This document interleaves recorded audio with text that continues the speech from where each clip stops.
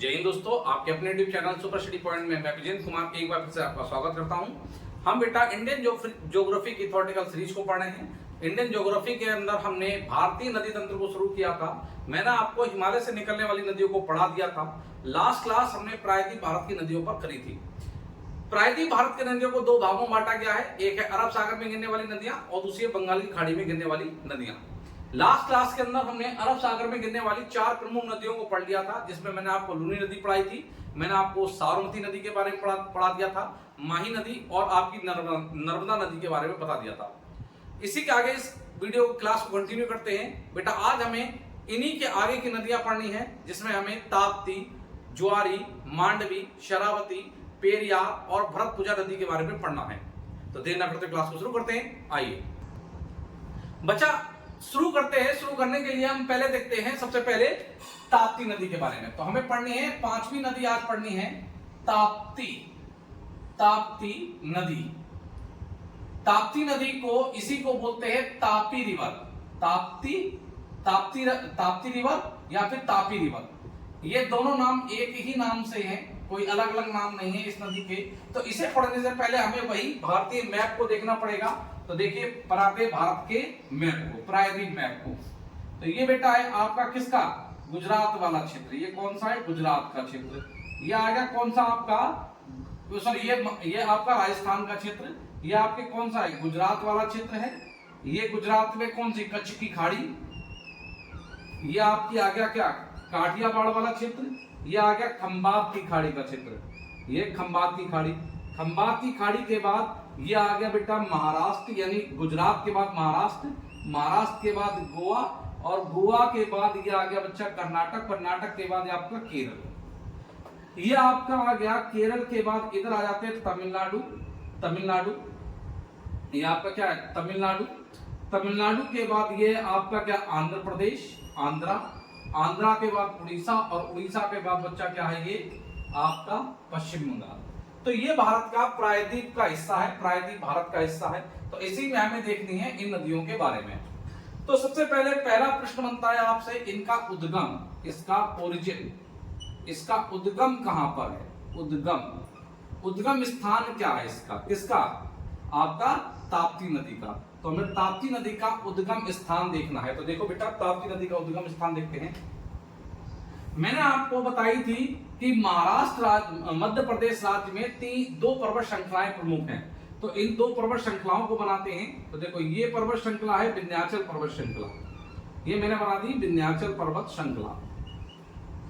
ठीक है बच्चा, ये विंध्याचल पर्वत श्रृंखला है। उसके बाद एक पर्वत श्रृंखला और है जिसे सतपुड़ा पर्वत श्रृंखला कहा जाता है।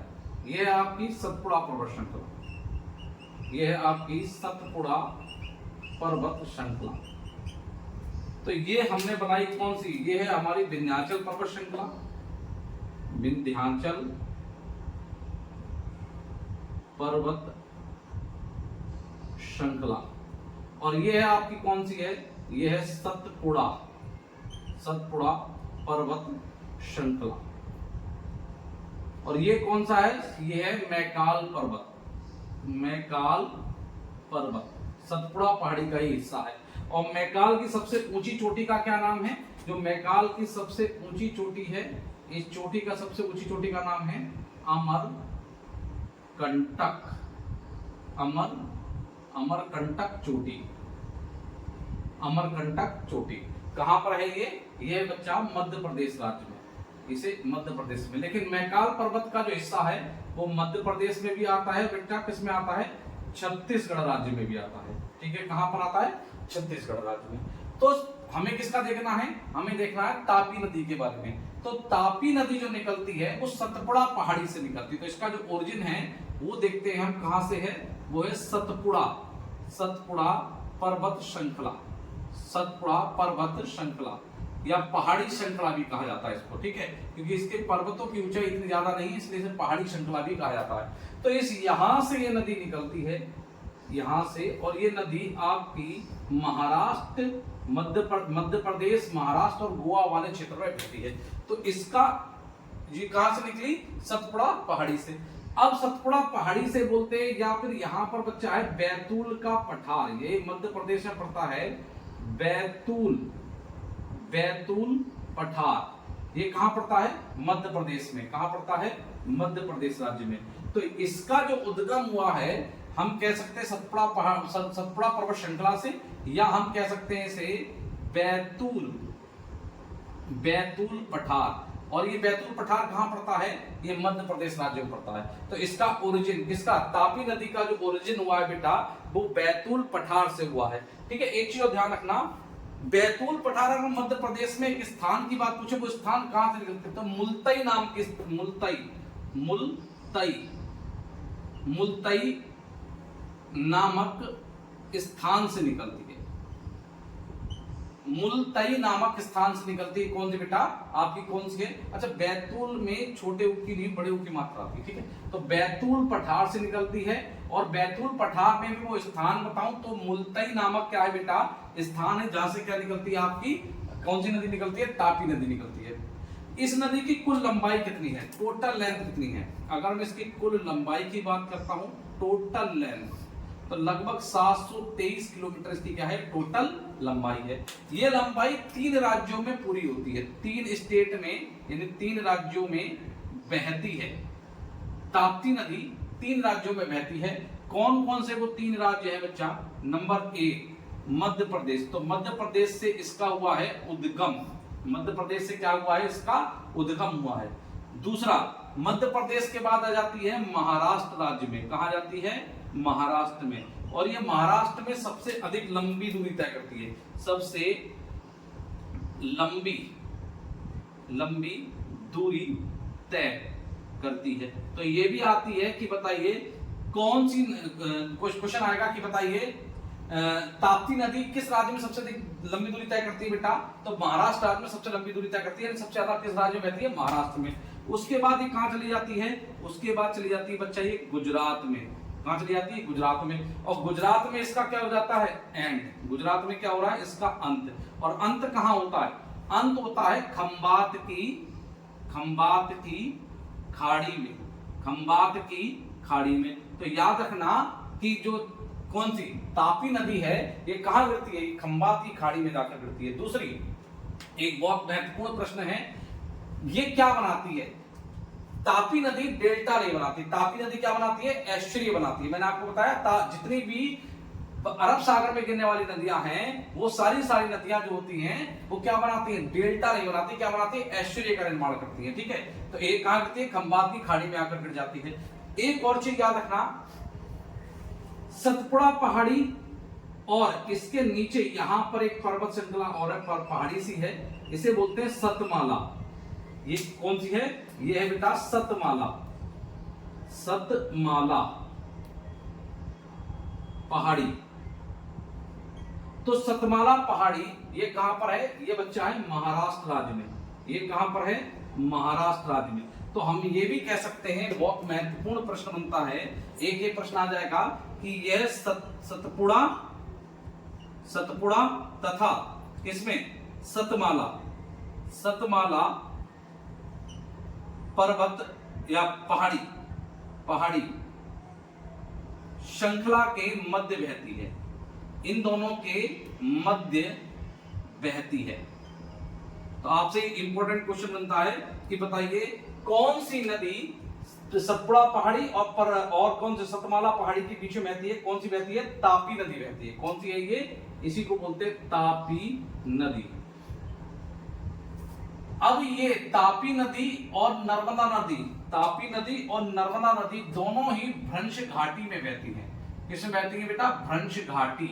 अब ये भ्रंश घाटी क्या होता है वो बाद की बात है, ये चलो अभी समझ देता हूं।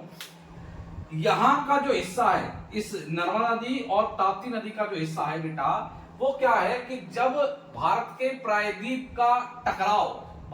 प्रायद्वीप वाले हिस्से का टकराव अंगारा लैंड से हुआ था, तो इस यहां पर क्या पड़ गई? दरार। और ये वाला हिस्सा क्या बैठ गया? नीचे की ओर। यानी इस तरीके की समझ लो कि इधर नदी बह रही है, उसके बाद यहां पर एक घाटी सी, ये पर्वत हो गया, ये क्या बन गई? एक दरार सी बन गई। फिर बेटा एक पर्वत आया, फिर एक दरार सी बन गई, फिर एक तो ये जो कहलाई आपकी यही कहलाई घाटी। यही कहलाई क्या आपकी? घाटी। और इनके बीच में ये वाली चीजें क्या गई, ये ऊपर की ओर उठ गया तो ये पर्वत बन गए, ये पहाड़ी बन गई। ये क्या बन गई, पहाड़ी, यही कहलाई पहाड़ी। तो नर्मदा नदी और ताप्ती नदी दोनों इन घाटियों में, इन भ्रंश घाटियों में क्या होती है बच्चा, बहती है। ये हम जब पर्वतों वाला चैप्टर पढ़ेंगे तब मैं आपको घाटियों, भ्रंश घाटियों के बारे में ढंग से बताऊंगा, ठीक है। तो नर्मदा नदी, ताप्ती नदी जो किस में बहती है, ताप्ती भ्रंश घाटी में बहती है। दूसरा, सतपुड़ा पहाड़ी के कहां बहती है, दक्षिण में। तो हम ये भी कह सकते हैं कि जो ये ताप्ती नदी है सतपुड़ा पर्वत श्रृंखला के क्या बहती है, दक्षिण में बहती है। कहां बहती है, दक्षिण में बहती है। तो ये भी इंपॉर्टेंट क्वेश्चन है, आपसे पूछ लेगा आपसे कि बताओ सतपुड़ा पहाड़ी के दक्षिण में कौन सी भ्रंश घाटी का निर्माण होता है, ताप्ती नदी भ्रंश घाटी का क्या होता है बच्चा, निर्माण होता है। अब आओ इंपॉर्टेंट क्या है, दो परियोजनाएं हैं, कौन कौन सी है, एक है काकड़ा पारा, एक है काकड़ा पारा जल विद्युत परियोजना, जल विद्युत परियोजना। और दूसरी है बेटा आपकी कौन सा, दूसरा है आपका इंपॉर्टेंट, दूसरा एक तो ये हो गया, एक दूसरी है उकाई परियोजना। ये दोनों परियोजनाएं किस पर हैं, तापी नदी पर बनाई गई हैं या ताप्ती नदी पर बनाई गई हैं, ताप्ती। और किस राज्य की परियोजनाएं हैं या किस राज्य में बनाई गई हैं बच्चा, तो ये दोनों परियोजनाएं गुजरात राज्य में बनाई गई हैं, गुजरात में। तो यहां पर है आपकी कौन कौन सी परियोजना है, यहां पर है एक आपकी कौन सी है काकड़ा पारा और दूसरी है उकाई परियोजना। तो ये दोनों परियोजनाएं किस नदी पर हैं, आपकी तापी नदी पर है। किस राज्य की परियोजना है, गुजरात राज्य की। जब हम परियोजनाओं को पढ़ेंगे तो इन्हें बाई डिटेल में दोबारा से पढ़ेंगे, इसलिए ये याद रखना कौन सी नदी किस राज्य में बहती है। कभी कभी पूछता है कि बताइए कि काकड़ा पारा परियोजना किस राज्य की परियोजना है, किस नदी पर बनाई गई है। तो आपको अगर ये पता है कि नर्मदा नदी पर बनाई गई है तो आपको ये भी अंदाजा लगा सकते हैं कि नर्मदा नदी किस राज्य पर, किस नदी पर बनाई गई है, ये आपकी सॉरी बच्चा, ये है आपकी तापी नदी पर। तो आपको ये भी पता होगा कि तापी नदी किस किस राज्य में बहती है। तो आपको ये भी पता चलेगा कि तापी नदी मध्य प्रदेश से निकलती है, महाराष्ट्र में सबसे लंबी दूरी तय करती है, गुजरात राज्य में खंबात की खाड़ी में आकर गिर जाती है। और गुजरात में इसी नदी पर दो परियोजनाएं बनाई गई, काकड़ा पारा और उकाई परियोजना।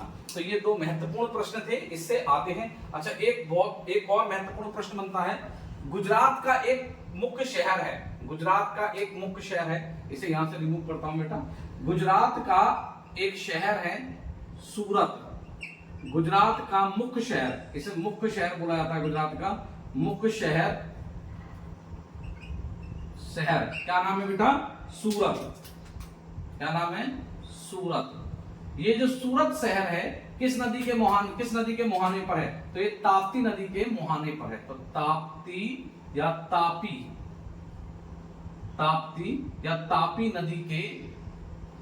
नदी के मुहाने पर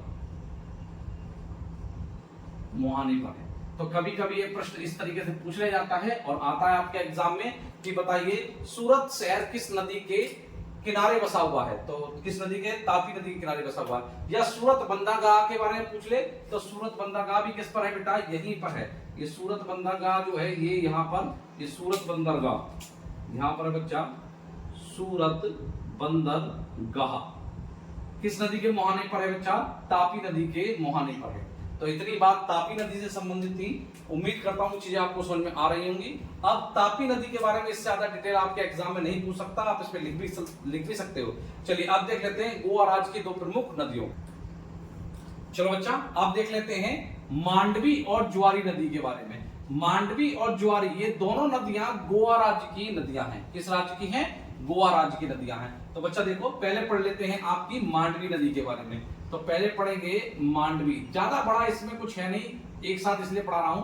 मांडवी नदी कौन सी नदी है, मांडवी नदी। आपसे पूछा गया है मांडवी नदी के बारे में। तो सातवीं नदी आपकी कौन सी है, मांडवी। तो बच्चा देखो जहां से ताप्ती नदी खत्म होती है, तापी नदी खत्म होती है, वहीं से बेटा शुरू हो जाती है पश्चिमी घाट पर्वत श्रृंखला।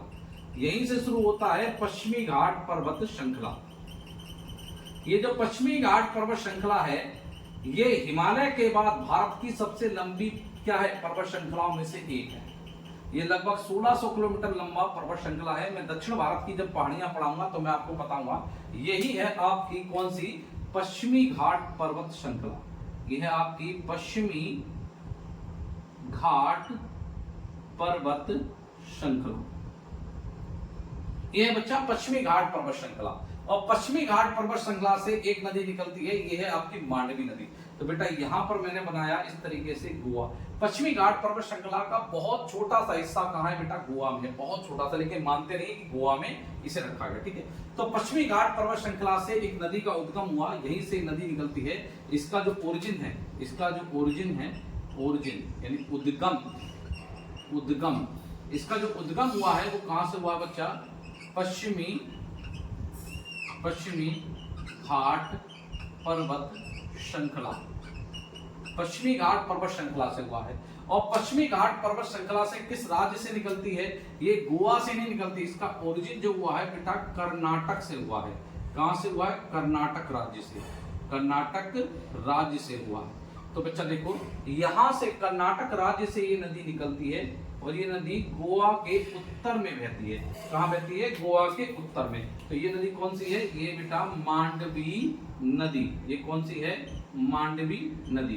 तो ये नदी बहती है, तो मांडवी नदी गोवा के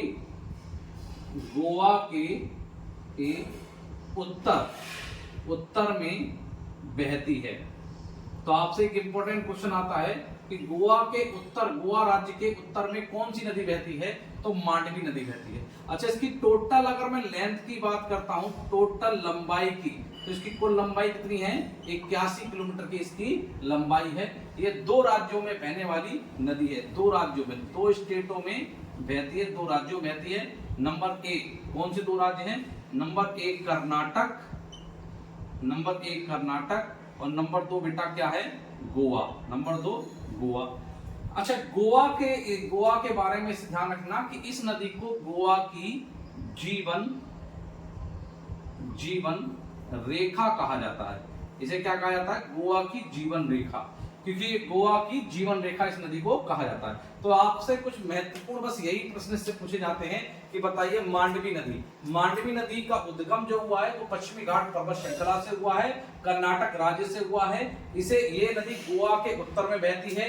नेक्स्ट, इसकी टोटल लंबाई 81 किलोमीटर की है और ये 2 प्रमुख राज्यों में बहती है, कर्नाटक और आपकी गोवा में, और इसे गोवा की जीवन रेखा कहा जाता है। ठीक है बच्चा, एक देखिए बच्चा, इस मांडवी नदी से एक महत्वपूर्ण प्रश्न और क्या बनता है कि मांडवी नदी से एक महत्वपूर्ण प्रश्न ये बनता है कि गोवा राज्य की जो राजधानी है, गोवा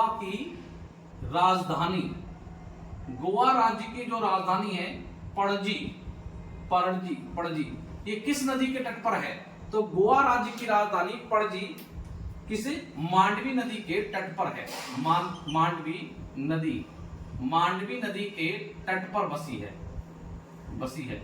या बच्चा हम ये कह सकते हैं, इंपॉर्टेंट प्रश्न लगा के, कि गोवा की क्वेश्चन आ जाएगा पणजी से होकर कौन सी प्रमुख नदी बहती है, तो पणजी से होकर मांडवी नदी बहती है। तो ये जो महत्वपूर्ण प्रश्न थे वो किससे थे, मांडवी नदी से थे। अब आइए देखते हैं आपकी कौन सी नदी, देखते हैं ज्वारी नदी के बारे में। तो आइए देखते हैं ज्वारी नदी। चलिए बच्चा, अब देख लेते हैं ज्वारी नदी के बारे में। तो 8वीं नदी आ गई आपकी कौन सी, ज्वारी नदी। अच्छा, कहीं कहीं इसको ज्वारी लिखा गया है, कहीं कहीं इसको वा लिखा, आपकी जगह क्या है, वा नदी। तो दोनों देख लेना आप किताब में या कहीं आपके एग्जाम में किस प्रकार से दी जाती है। ज्यादातर तो बेटा इस प्रकार से दिया जाता है, तो ज्यादा इसी प्रकार से पूछा था। तो ज्वारी नदी के बारे में देखते हैं, इसका उद्गम देखते हैं, ओरिजिन। सबसे पहले इसका उद्गम या ओरिजिन के बारे में पूछेगा।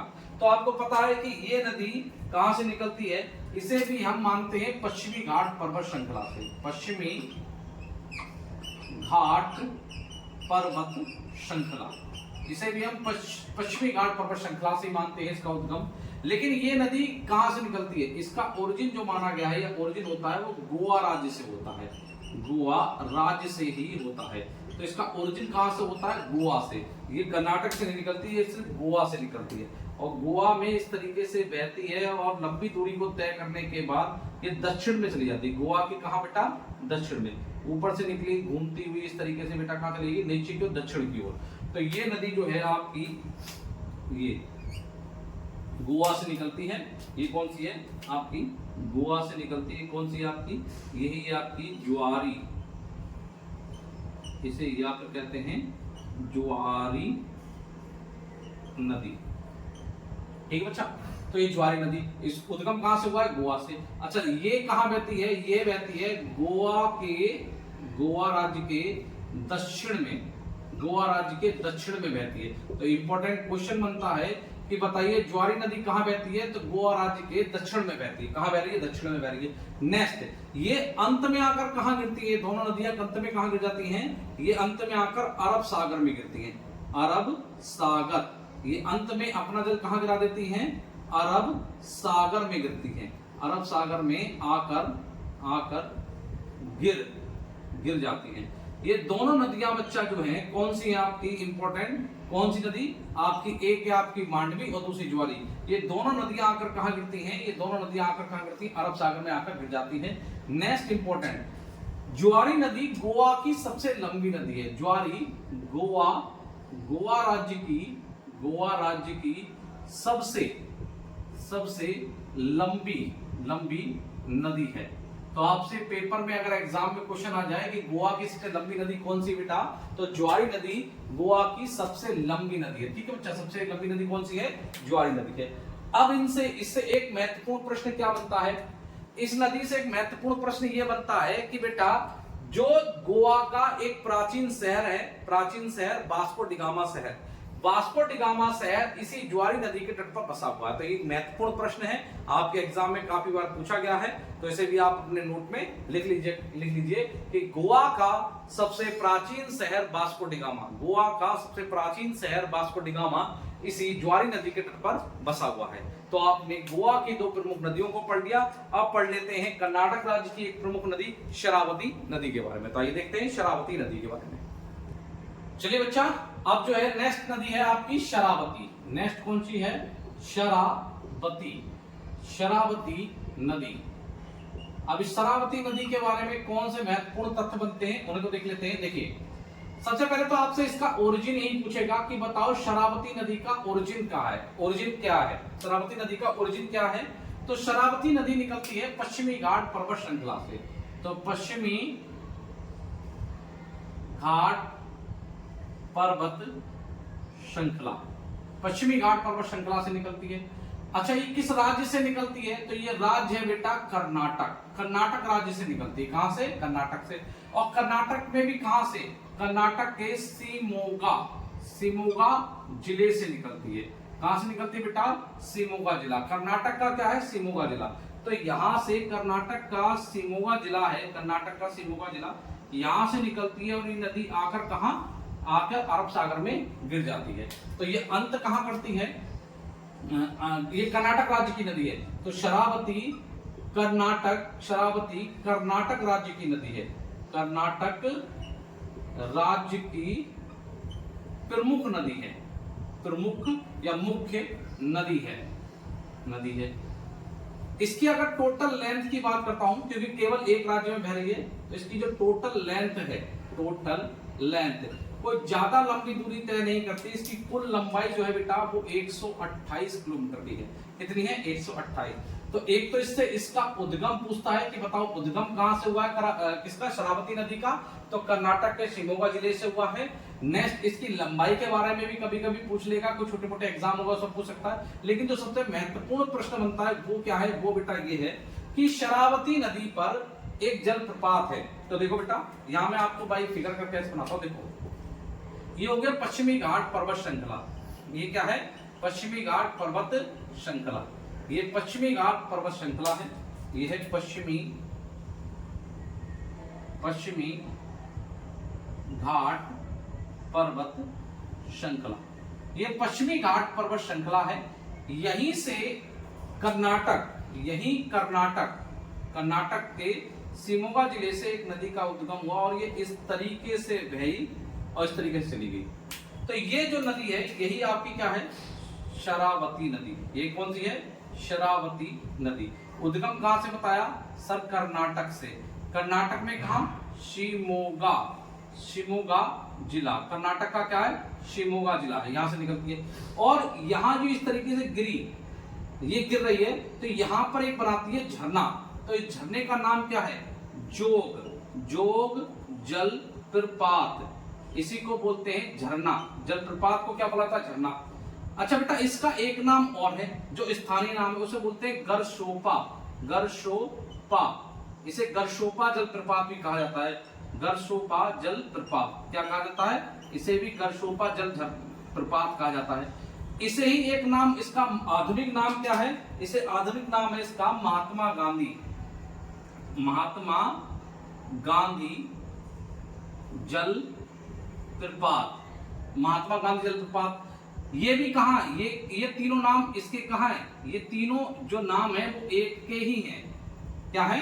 एक के ही हैं। और ये जो गिरता है जोग जलप्रपात या गरशोपा या महात्मा गांधी, ये चौड़ाई की दृष्टि से भारत का सबसे ऊंचाई से गिरने वाला क्या बेटा? झरना है। इसके बारे में क्या है कि ये झरना ऊंचाई से सीधा पृथ्वी पर आने वाला सबसे बड़ा झरना है चौड़ाई की दृष्टि से। तो एक बहुत महत्वपूर्ण आता है कि बताइए, चौड़ाई की दृष्टि से सबसे ऊंचाई से गिरने वाला भारत का सबसे ऊंचा झरना कौन सा बेटा?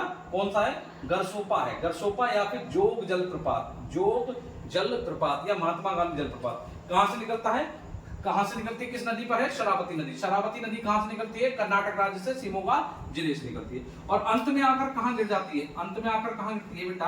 अरब सागर में। कहां गिरती है? अरब सागर में।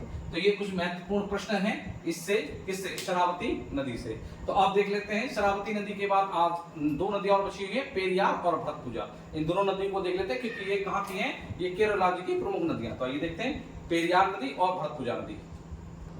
चलिए बच्चा, अब दो नदियों के बारे में और पढ़ना है। लास्ट दो नदियां जो अरब सागर में आकर गिरती हैं, एक है पेरियार नदी और दूसरी है भरतपुजा नदी। तो पेरियार नदी के बारे में पहले पढ़ लेते हैं। ये दोनों ही केरल राज्य की प्रमुख नदियां हैं। तो पहले पढ़ लेते हैं आपकी कौन सी? पेरियार नदी के बारे में। तो प्रमुख है आपकी, पहली पढ़ लेते हैं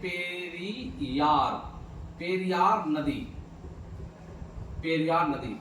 तो सबसे पहले वही कि इसका उद्गम स्थान कहां पर है, इसका ओरिजिन कहां से हुआ है। ओरिजिन का मतलब हो गया इसका उद्गम कहां से हुआ है। तो बच्चा, उद्गम के बारे में अगर आपसे पूछे कि इसका उद्गम कहां से हुआ है, तो ये देखो, ये वाली कौन सी नदी थी? शरावती। ये कौन सी थी? शरावती। तो बेटा, ये पश्चिमी घाट पर्वत श्रृंखलाओं से निकलती है। ये भी कहां से निकलती है? पश्चिमी घाट पर्वत श्रृंखलाओं से। पश्चिमी घाट पर्वत श्रृंखला से निकलती है। और ये, अगर मैं इसकी बात करूं तो ये दो राज्यों में बहती है। कहां बहती है? ये दो राज्यों में, दो स्टेट्स में फ्लो होती है, दो स्टेट में बहती है। ये कुछ भाग इसका तमिलनाडु में भी है, ये कुछ भाग इसका तमिलनाडु में है, और उसके अलावा इसका शेष भाग कहां है? केरल में। और केरल में आकर ये नदी कहां चली जाती है? ये नदी अरब सागर में आकर मिल जाती है। तो ये नदी कहां गिरती है? अरब सागर में आकर मिल जाती है। तो अरब सागर में आकर क्या होती है? अपना अंतिम में अपना जल कहां छोड़ती है बेटा? अरब सागर में छोड़ देती है। तो पेरियार नदी का उद्गम जो हुआ है वो कहां से हुआ है? पेरियार नदी का जो उद्गम हुआ है वो पश्चिमी घाट पर्वत श्रृंखला से हुआ है। ये केरल और तमिलनाडु राज्य में बहती है। केरल और तमिलनाडु राज्य में बहने के बाद कुछ हिस्सा इसका तमिलनाडु में है और बाकी सारा का सारा कहां है? केरल में। बहने के बाद ये नदी कहां चली जाती है? अरब सागर में चली जाती है। इस नदी को केरल की क्या कहा जाता है? जीवन रेखा कहा जाता है। इस नदी को केरल की जीवन रेखा कहा जाता है, या जीवन दायिनी नदी है। कौन सी? केरल की जीवन रेखा नदी है, या केरल की जीवन दायिनी नदी इसको क्या कहा जाता है बेटा? कहा जाता है। तो जीवन दायिनी नदी या जीवन रेखा नदी किसे कहा जाता है? केरल की बेटा किसे कहा जाता है? आपकी किसे? पेरियार नदी को। एक परियोजना, बहुत प्रमुख परियोजना और काफी बार एग्जाम में पूछी गई है, इडुक्की परियोजना। इसको क्वेश्चन आता है कि बताओ इडुक्की परियोजना किस नदी पर है? तो बेटा, इडुक्की परियोजना जो है, इडुक्की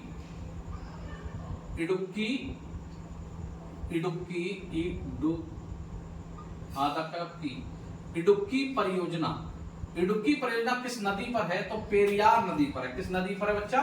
पेरियार नदी पर है। किस राज्य की परियोजना है?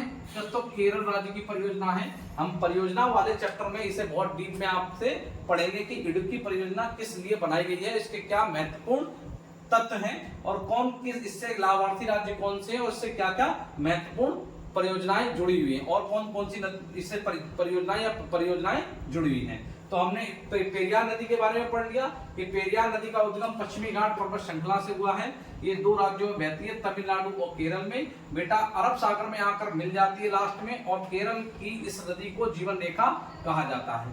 इस नदी पर, पेरियार नदी पर एक परियोजना बनाई गई है, इडुक्की परियोजना। इडुक्की बांध किस नदी पर बनाया गया है बेटा? तो पेरियार नदी पर है, जो केरल राज्य की एक परियोजना है। तो आपने पेरियार नदी के बारे में पढ़ लिया। अब लास्ट हमें पढ़ना है भरतपुजा नदी के बारे में। तो आइए पढ़ लेते हैं भरतपुजा नदी। तो बच्चा देखिए, लास्ट हमें पढ़नी है 10वीं कौन सी है? अंतिम, भरतपुजा नदी। कहीं कहीं से किसी किसी किताबों में या कहीं कहीं आपको भरतपुजा कर देते हैं, पूजा, भरतपुजा नदी।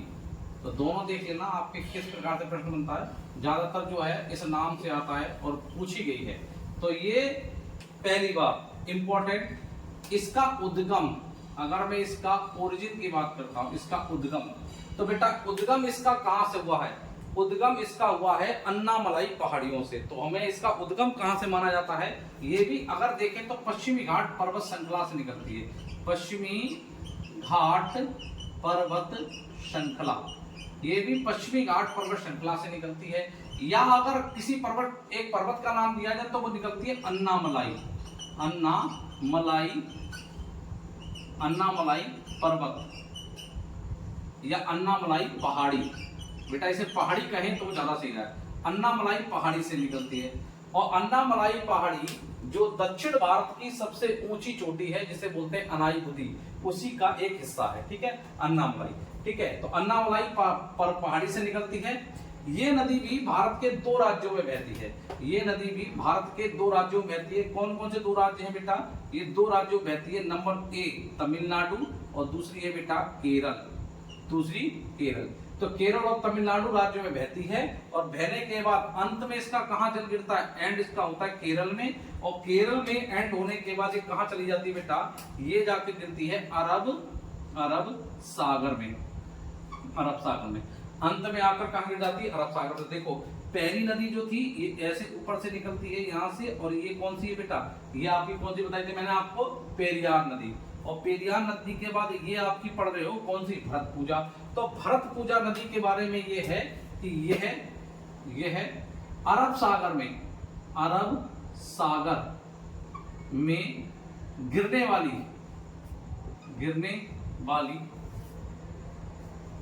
वाली दक्षिण भारत की अंतिम नदी है। दक्षिण भारत की अंतिम नदी है। तो बेटा ये भी एक इंपॉर्टेंट प्रश्न बनता है कि दक्षिण भारत की अंतिम नदी जो अरब सागर में गिरती है वो कौन सी है? वो आपकी कौन सी है? आपकी भरतपुजा है।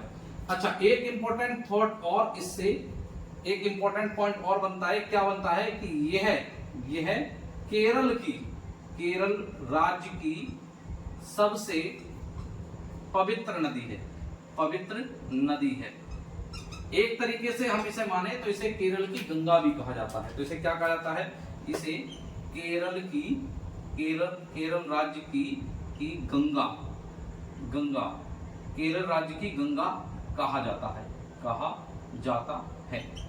तो बेटा ये जो महत्वपूर्ण प्रश्न थे ये सारे के सारे आपने देखे अरब सागर में गिरने वाली नदियों के। तो हमने आज कंप्लीट कर ली अरब सागर में गिरने वाली नदियां। तो नेक्स्ट क्लास के अंदर हम देखेंगे आपकी बंगाल की खाड़ी में गिरने वाली नदियों को। आप एक दो महत्वपूर्ण तथ्य हैं उनको भी समझ लीजिएगा। अच्छा, एक इंपॉर्टेंट पॉइंट और याद आ गया कि भरतपुजा जो नदी है इसे नीला नदी भी कहा जाता है।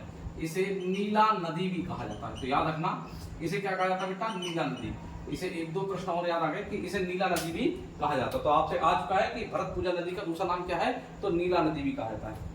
तो बच्चा आज हमने ये सब चीजें पढ़ ली। अच्छा, एक चीज इंपॉर्टेंट याद रखना बेटा कि जो भी मैंने आपको ये पॉइंट लिखाए ये सारे के सारे पॉइंट बहुत महत्वपूर्ण हैं आपके एग्जाम की दृष्टि से।